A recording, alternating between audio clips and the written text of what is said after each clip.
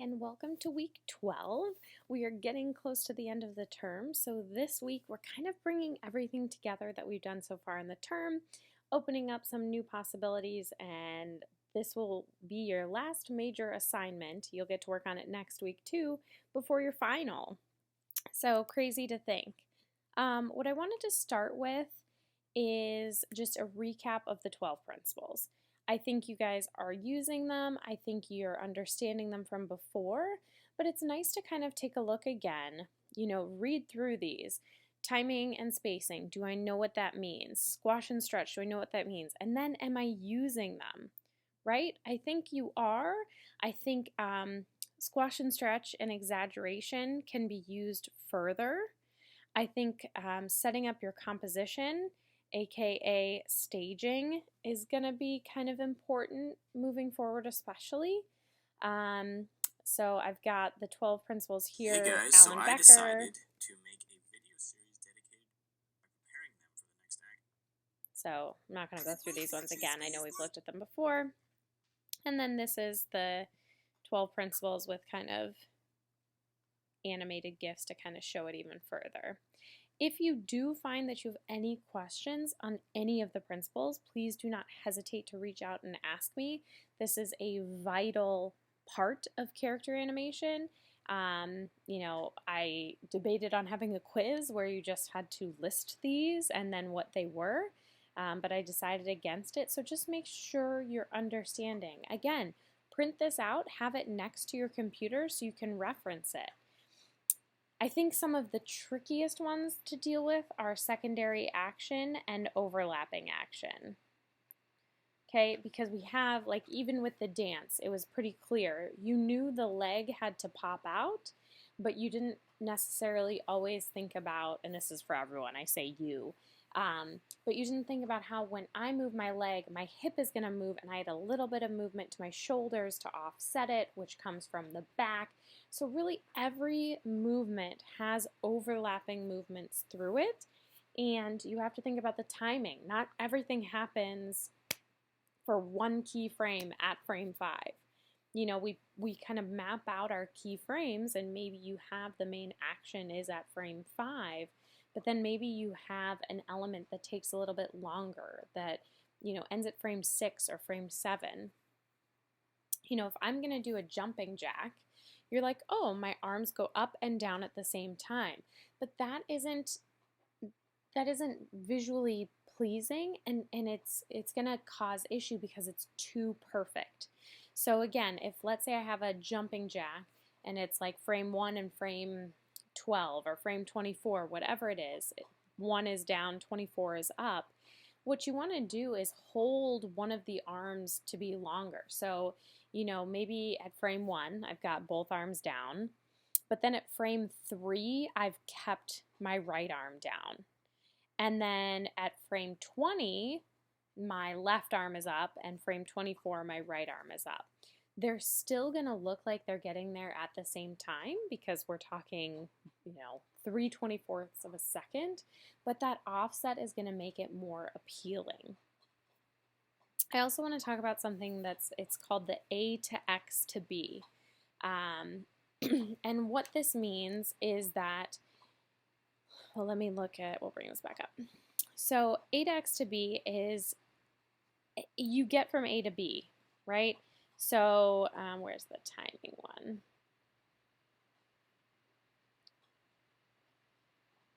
Okay, so we're getting from A to B. We're moving across. We can even simplify this, remove this box, and just have it be this action. But the A to X to B theory is saying something needs to happen between.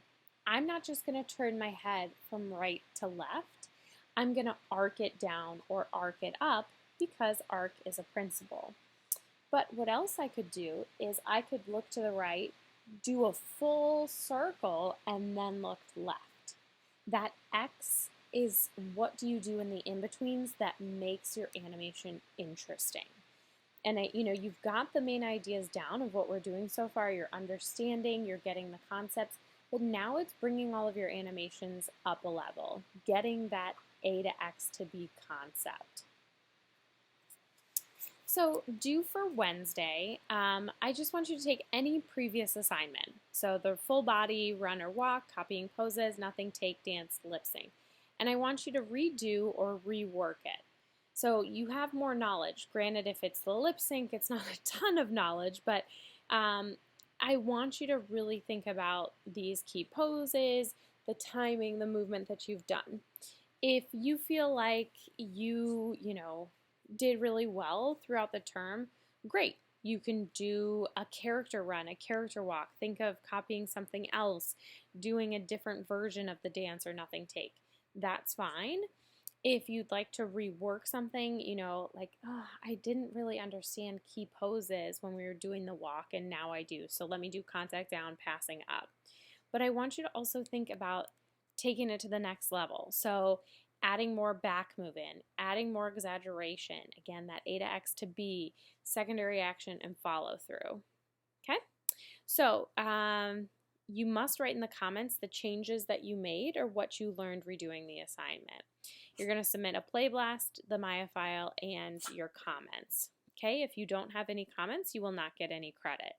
You can say, I redid a file. Let's say I reworked my run. I adjusted the timing to be more successful. I really made the down pose more exaggerated, and I brought movement into the head and back. Something like that. Again, if you don't have any comments, you will not get any credit. Then our assignment for this week is you're going to use a sound clip. I need you to get it approved by me. Okay, so just send me an email of what clip you want to do and kind of just briefly what you plan on doing. So I want you to create an animated short with dual characters. This can be about 10 to 20 seconds in length. I would probably say closer to 10, but you do have this week and next week. So you need to focus on what each character is doing and where the audience should focus their attention. You need to keep both characters alive throughout the clip. You're going to bring 2 copies of movement to Maya, set up and lock your camera, and then animate.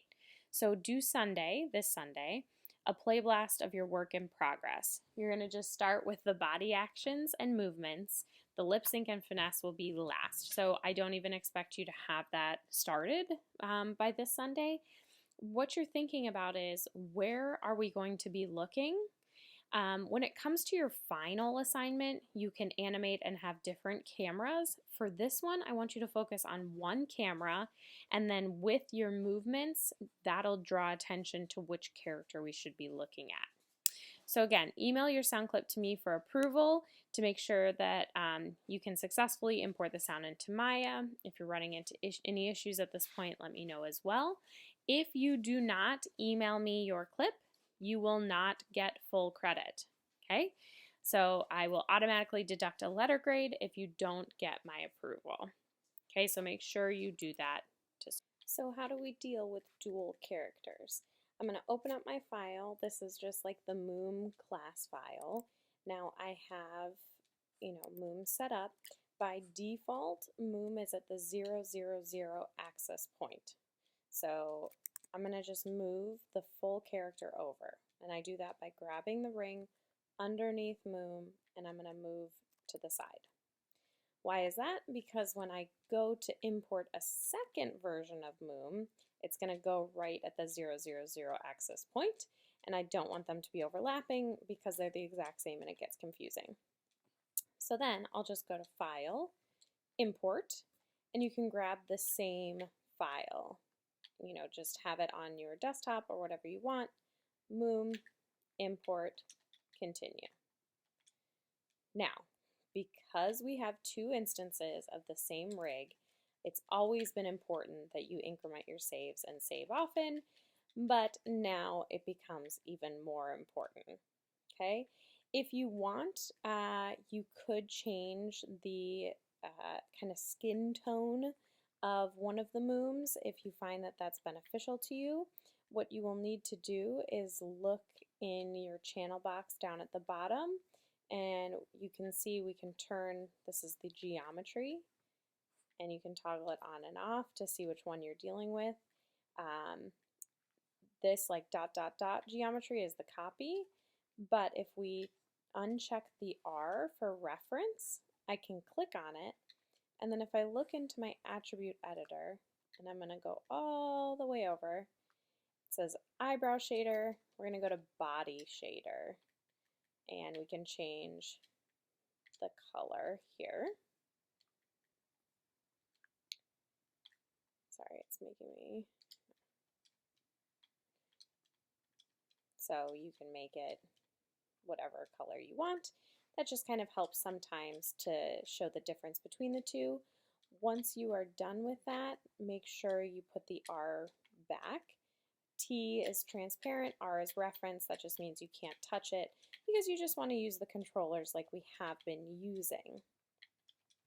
Then again, per our usual practice, you want to create a camera. You want to make sure you name it.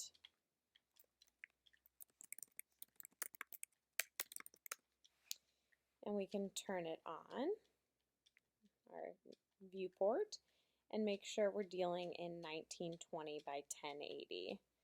So HD, 1080. All right. Now before I lock my camera, I want to get this set up exactly how I want it. And you want to set up your scene. So this is going to depend on how you have the mooms and what is, going on in your scene. Just make sure you're thinking of it kind of like a theatrical performance. If they are just talking to one another and you want to just kind of have this pretty straightforward angle of the two of them talking, that's great, but make sure you're cheating them towards the camera so we can really see what's going on. Again, with your final, I'm going to open it up. You can have different camera angles, different movements, but for this, I want one stationary camera. So you have to find what's best.